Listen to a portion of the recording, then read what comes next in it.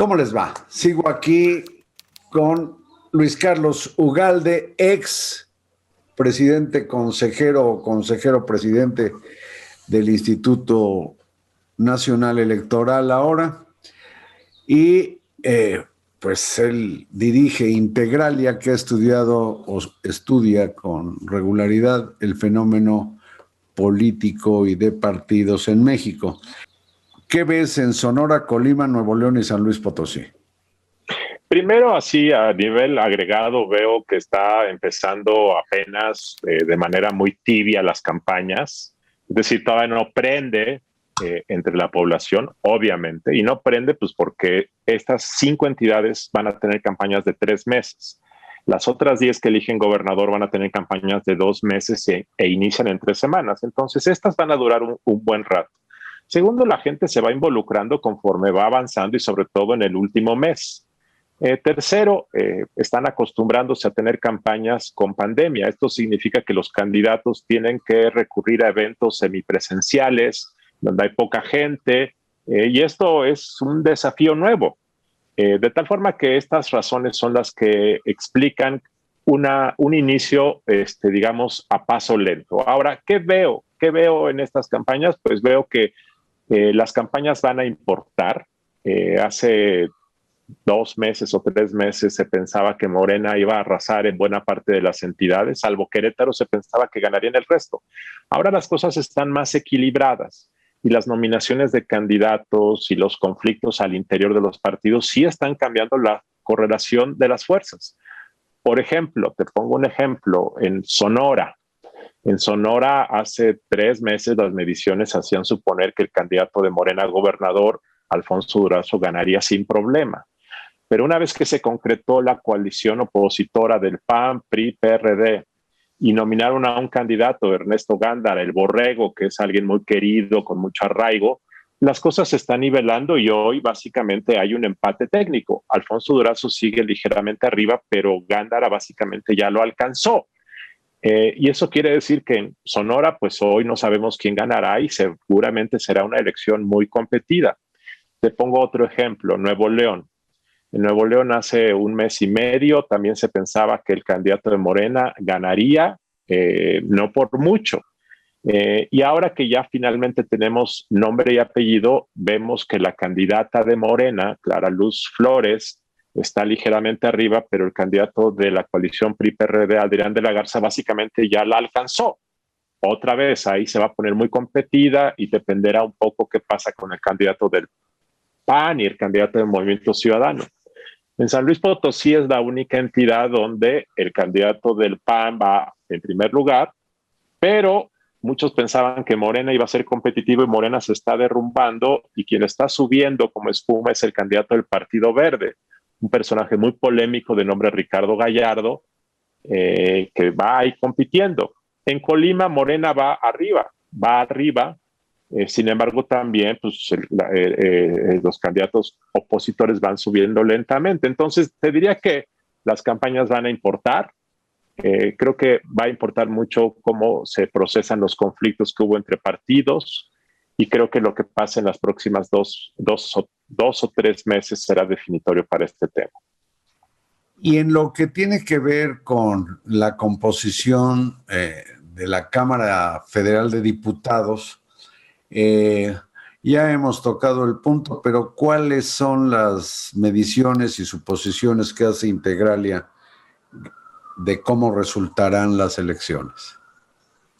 Nosotros pensamos, Carlos, que Morena va a perder la mayoría calificada o la mayoría constitucional que hoy tiene. Hoy Morena, con el Partido Verde, con el Partido del Trabajo y con el Partido Encuentro Social tienen más o menos 325 diputados, que es como el 63-64% de la Cámara. Con eso casi tienen los votos para modificar la Constitución y lo han hecho. Nosotros pensamos que la coalición oficialista, que ahora la compondrá Morena otra vez con el Verde y con el PT, probablemente perderán 60 o 70 diputaciones y entonces seguirán teniendo el control de la Cámara porque tendrán más del 50% de las curules, pero estarán muy lejos de la mayoría constitucional, de tal forma que ya no tendrán el poder para enmendar la Constitución, salvo que negocien con los otros partidos.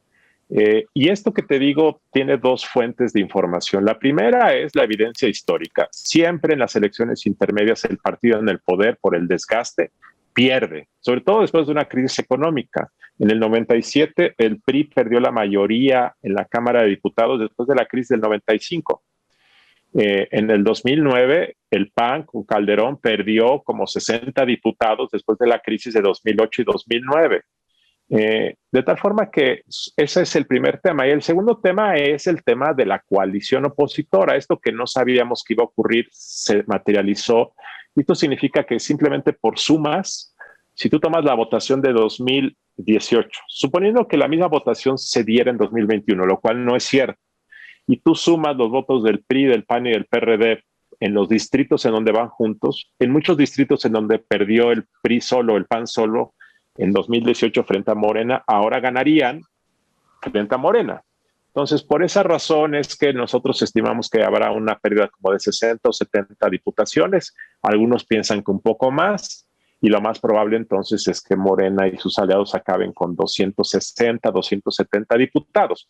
A ver, perdóname, Luis Carlos, pero con la experiencia que tienes, si estuviéramos acá en una sesión virtual, pero de jugadores de casino, ¿apostarías a que Morena pierde la mayoría la mayoría simple en la Cámara de Diputados? No, hoy creo que la ganaría. Te apuesto que va a perder la calificada, o sea, la constitucional esa te lo firmo o te apuesto lo que quieras. A eso me refiero. ¿Apostarías a que pierde la mitad más uno en la Cámara de Diputados? No, hoy creo que la va a mantener. Arriba de 250 diputados federales. Así es, eso es lo más probable que ocurra. Sin embargo, si hubiese más deterioro de la economía o si hubiese escándalos de corrupción u otras cosas, podría ocurrir eso. Y también un tema importante, Carlos, lo local va a predominar sobre lo nacional, a diferencia de 2018. Y entonces yo sí creo que a nivel local Morena va a perder mucho. Ahí lo local podría jalar a lo federal hacia abajo y en un entorno así podrías entonces tener un efecto de arrastre inverso al de 2018 y que muchos candidatos de Morena para el Congreso Federal perdieran. Pero hoy yo no lo veo probable. Ahora, hay un estado que parece que se va a poner muy interesante la elección, que será Baja California, con personalidades tan contrastantes como la de, pues Lupita Jones, con Jorge Hank Ron y con la candidata, al parecer, con grandes probabilidades de Morena. Ahí, a ojo de buen cubero, ¿cómo crees que pinte esa elección? Yo creo que va a ganar la candidata de Morena sin ningún problema por varias razones. Primero, porque es una buena candidata, así como comentamos que en Guerrero tienen un pésimo candidato el día de ayer. Ahí tienen una buena candidata que es alcaldesa con licencia de Mexicali, ha hecho un buen trabajo, tiene una buena imagen. Segundo, la oposición ahí sí está totalmente destrozada. 30 años de gobiernos del PAN que acabaron mal en los últimos años por los mismos problemas, corrupción y abuso del poder. El PRI no se ha reconstituido, no lograron ir en coalición. O sea, todo lo que está ocurriendo en otras entidades aquí no está ocurriendo. Entonces ahí creo que va a ganar. López Obrador, además, por cierto, es muy popular. Pero perdón, por cierto, Lupita Jones es apoyada por los tres partidos. El PRI no, tienes razón, perdón. Tienes razón, el PRI, el PAN y el PRD van juntos. Nada más que el candidato más fuerte del PRI, que era Jorge Hank, se desprendió de la coalición y se fue por la ruta del Partido Encuentro Social, imagínate. Ahora dicen dicen que a él lo quieren mucho. Cuando fue alcalde de Tijuana parece que hizo un buen papel. Sí, a eso me refiero. Jorge Hank, más allá de lo polémico que es, igual que por otras razones, igual que Salgado Macedonio, creo que menos, pero es polémico, tiene mucho arrastre, igual que Salgado Macedonio.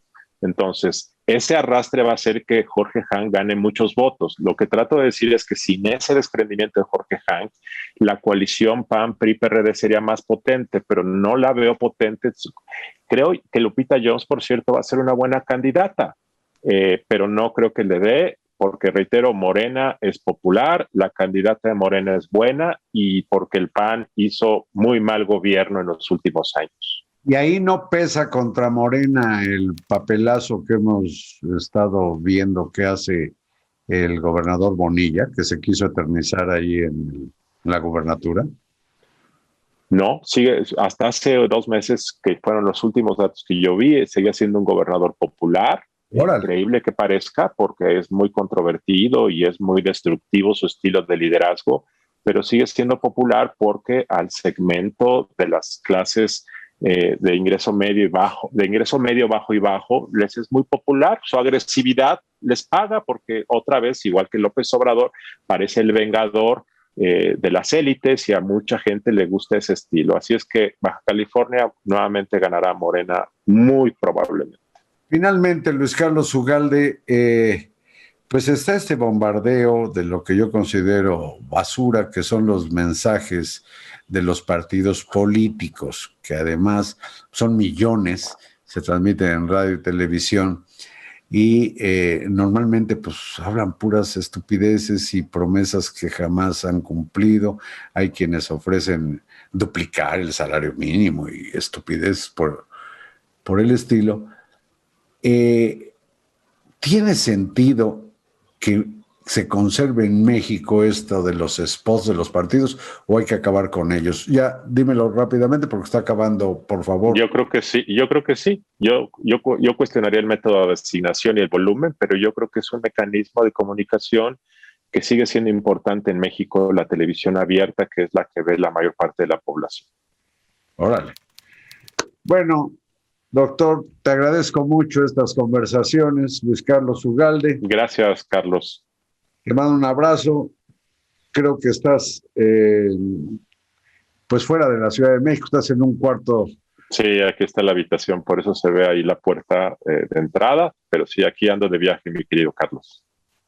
Gracias, Luis Carlos Ugalde, muchas gracias a ustedes y buenas noches.